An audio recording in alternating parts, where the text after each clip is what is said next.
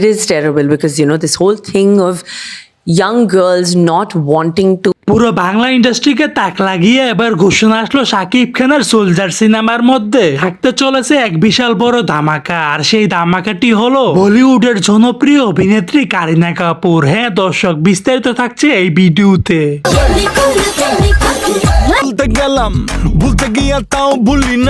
দর্শক, জানা গেছে শাকিব খানের সোলজার সিনেমার মধ্যে একটি গুরুত্বপূর্ণ দৃশ্যের মধ্যে কেমিউ করবে অভিনেত্রী কারিনা কাপুর, যা হতে চলেছে বাংলা সিনেমার ক্যারিয়ারের রেকর্ড।